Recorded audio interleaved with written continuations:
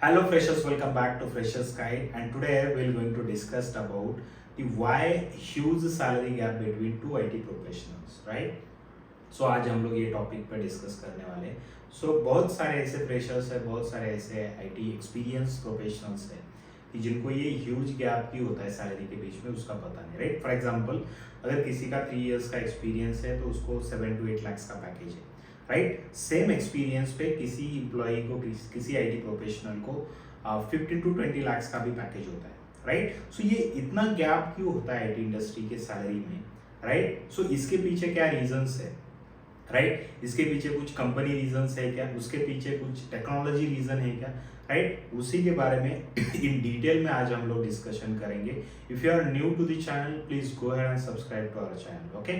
सो ये रीजंस क्या होते हैं मतलब टेक्नोलॉजी रीजन हो सकता है क्या, या फिर आपका कंपनी रीजन हो सकता है क्या, कि आप जो कंपनी में काम करते हो, राइट? सो वो कंपनी का रीजन हो सकता है, या फिर आप एक ही कंपनी में ज़्यादा दिन तक अगर आप काम करते हो तो वहाँ पे भी आपकी उस सैलरी ग्रोथ नहीं मिलती है, तो उस वो भी रीज़न हो सकता है क्या, राइट? सो ये सारे टॉपिक पे आज हम लोग डिस्कशन करेंगे, ओके?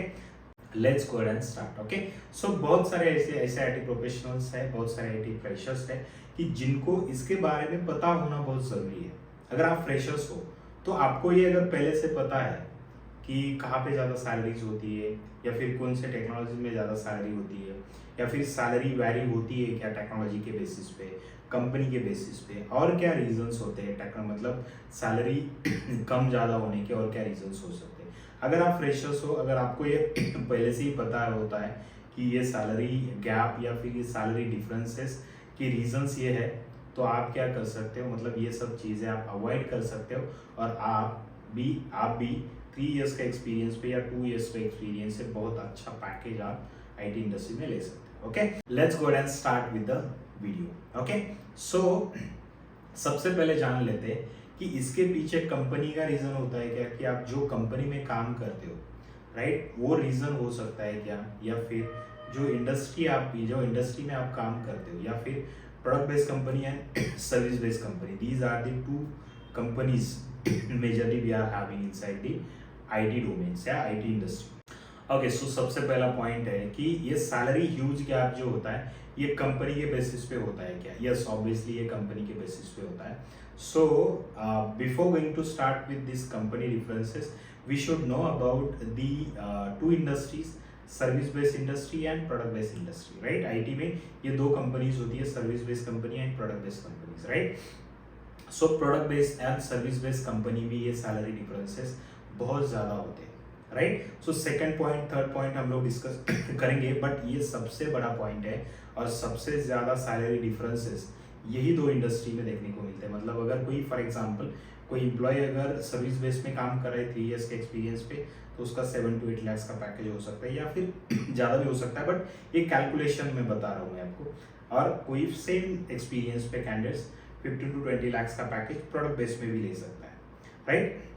ये डिफरेंसेस की होती है, या फिर प्रोडक्ट बेस्ड कंपनीज इतना हाई सैलरी पे क्यों करती है, या फिर सर्विस बेस्ड कंपनी कम सैलरी क्यों पे करती है, राइट? इसके पीछे क्या रीजंस है वो हम लोग समझ के लेते हैं। सो आपको इससे ईजी हो जाएगा कि अंडरस्टैंड करने के लिए, ये आपको ईजी हो जाएगा, right? Let's try to understand कि सर्विस बेस्ड कंपनी आपको सैलरी कम क्यों देती है, या फिर सर्विस बेस्ड कंपनी एक्चुअली होती क्या है, या फिर सर्विस बेस्ड कंपनी कौन सी कंपनी हम लोग बोल सकते हैं कि these are the service based companies, right? So right now TCS, Wipro, Infosys, these are the examples, right? We have lot of service based companies, but these are the main examples.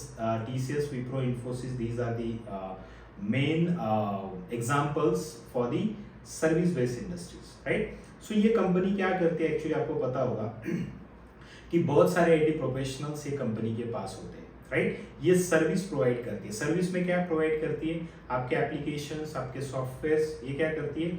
बहुत सारे vendors या फिर product owners के applications बना के भी देते हैं, राइट? सो ये एक वन टाइप ऑफ सर्विस ही हो गया, राइट? वो किसी को सर्विस प्रोवाइड कर रही है, राइट? एप्लीकेशंस बना के दे रही है, या फिर वेबसाइट्स बना के दे रही है, तो this is one type of service only, right? और दूसरा इनका मेन बिजनेस होता है, ये जो कंपनीज है मैंने जो बोला अभी, TCS, Wipro, Infosys, इनका मेन बिजनेस होता है सर्विस में कि रिसोर्स प्रोवाइडिंग, राइट। सो ये बहुत सारे ऐसे ये कंपनीज है, इनके बहुत सारे ऐसे रिसोर्सेस है कि दूसरे कंपनी के प्रोजेक्ट पे काम करती है, राइट। आपने देखा होगा कि कोई टीसीएस का एम्प्लॉय है, टीसीएस में जॉब करता है, बट उसका प्रोजेक्ट जो है अलग ही केपीआईटी में है, या फिर अलग ही कौन सी कंपनी में है, या फिर वहीं पे बैठ के वो क्या करते हैं, दूसरे क्लाइंट के लिए काम करते हैं, राइट। सो आपने ये देखा होगा। तो this is the one type of service only. ये भी कंपनी क्या करती है, सर्विस ही प्रोवाइड करती है, मतलब क्या, रिसोर्स प्रोवाइड करती है। अगर किसी को 4-5 ईयर्स का एक्सपीरियंस का अगर रिसोर्स चाहिए, तो वो ये कंपनी के पास ऑलरेडी बेंच पे बहुत सारे रिसोर्सेस होते हैं, राइट। आपको पता होगा कि सर्विस बेस्ड कंपनी में बेंच पीरियड होता है। बेंच पीरियड मतलब कि द एम्प्लॉयज जिसके पास प्रोजेक्ट नहीं होता है तो वो बेंच पे होता है, राइट। सो ये सर्विस बेस्ड कंपनी के पास बहुत सारे रिसोर्सेज बेंच पे भी होते हैं।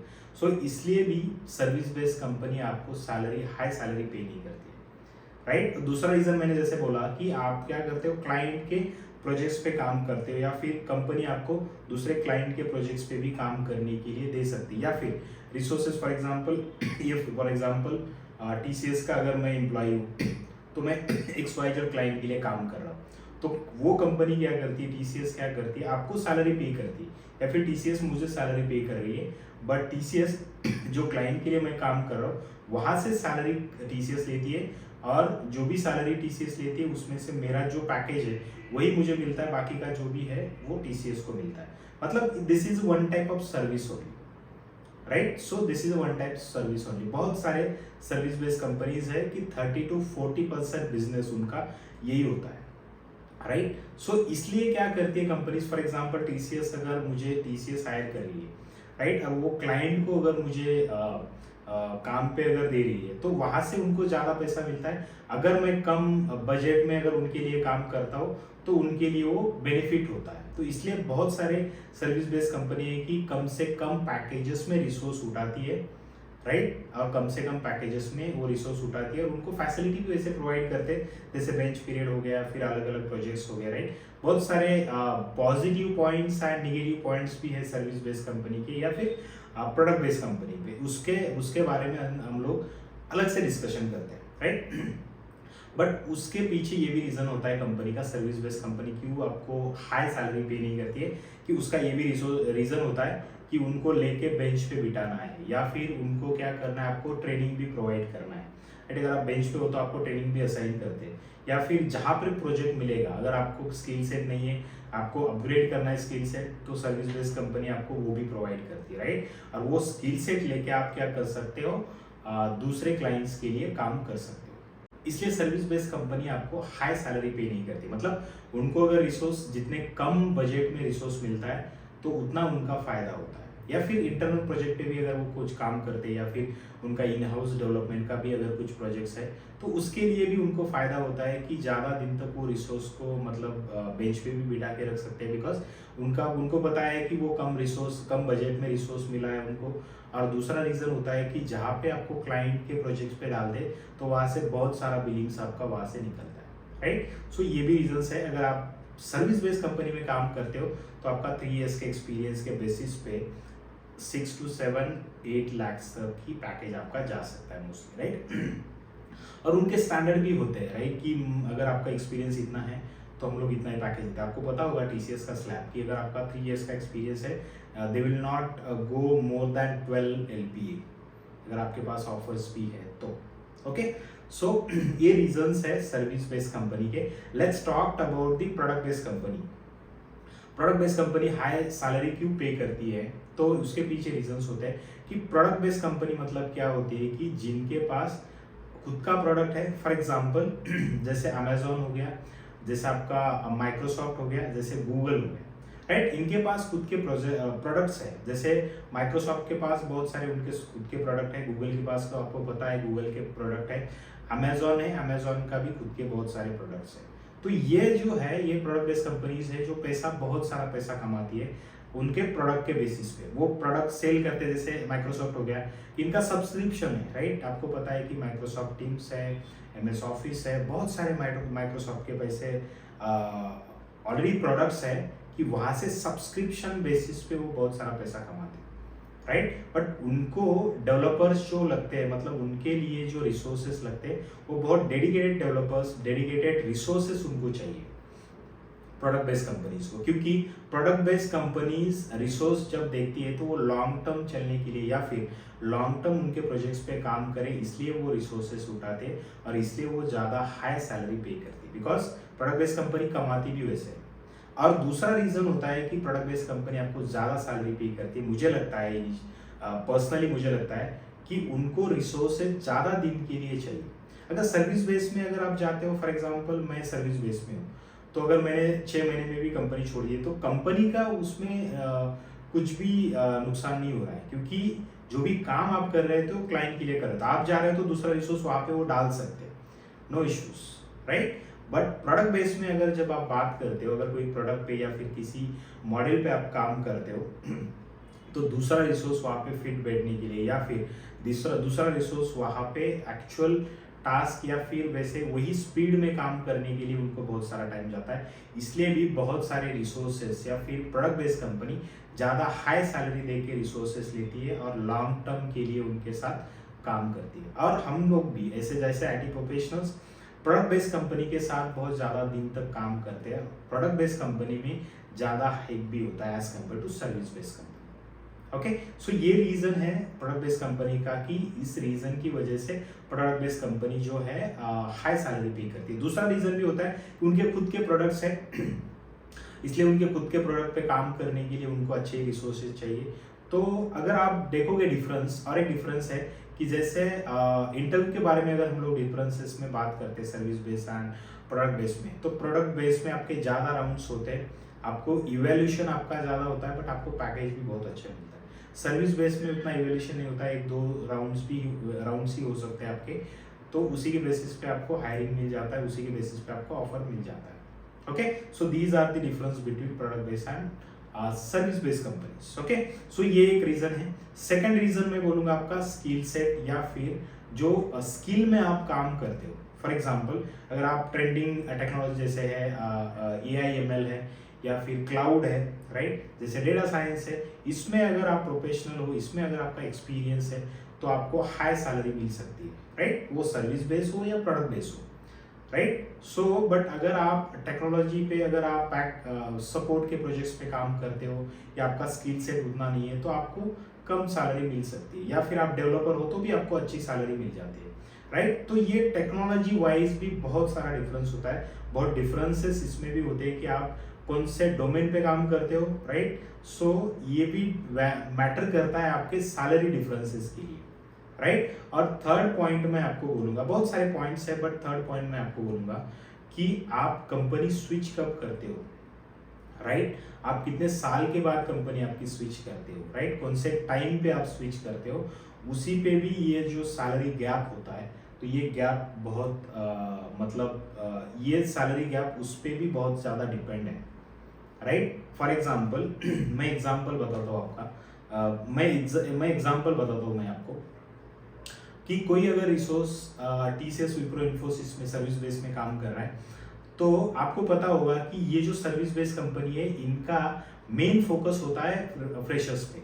ये ज़्यादातर फ्रेशर्स को हायर करती है और 2-3 साल का बॉन्ड करके लेती है, बिकॉज कि उनको ट्रेन करके 1 साल में ट्रेन करके 2 साल वो क्लाइंट के प्रोजेक्ट्स पे काम कर सके और उनको बिलिंग मिल सके, राइट। सो बट आप अगर आप प्रोडक्ट बेस में जाते हो तो प्रोडक्ट बेस मोस्टली फ्रेशर्स को हायर नहीं करती है, they are looking for the experts, right. Mostly वो एक्सपर्ट को ही देखती है, मतलब ऐसा नहीं कि हायर नहीं करती, बट एक्सपर्ट को ही ज़्यादातर वो प्रेफरेंस देती है, मुझे लगता है। Okay, so when we talked about the switches, okay, so अगर आप TCS, विप्रो, इन्फोसिस में जाते हो तो आप 3-4 साल तक वहाँ से नहीं निकलते, क्योंकि वहाँ पे आपको इनिशियली सैलरी भी उतना नहीं मिलता है, 2.5, 3.5, not more than that, I think so.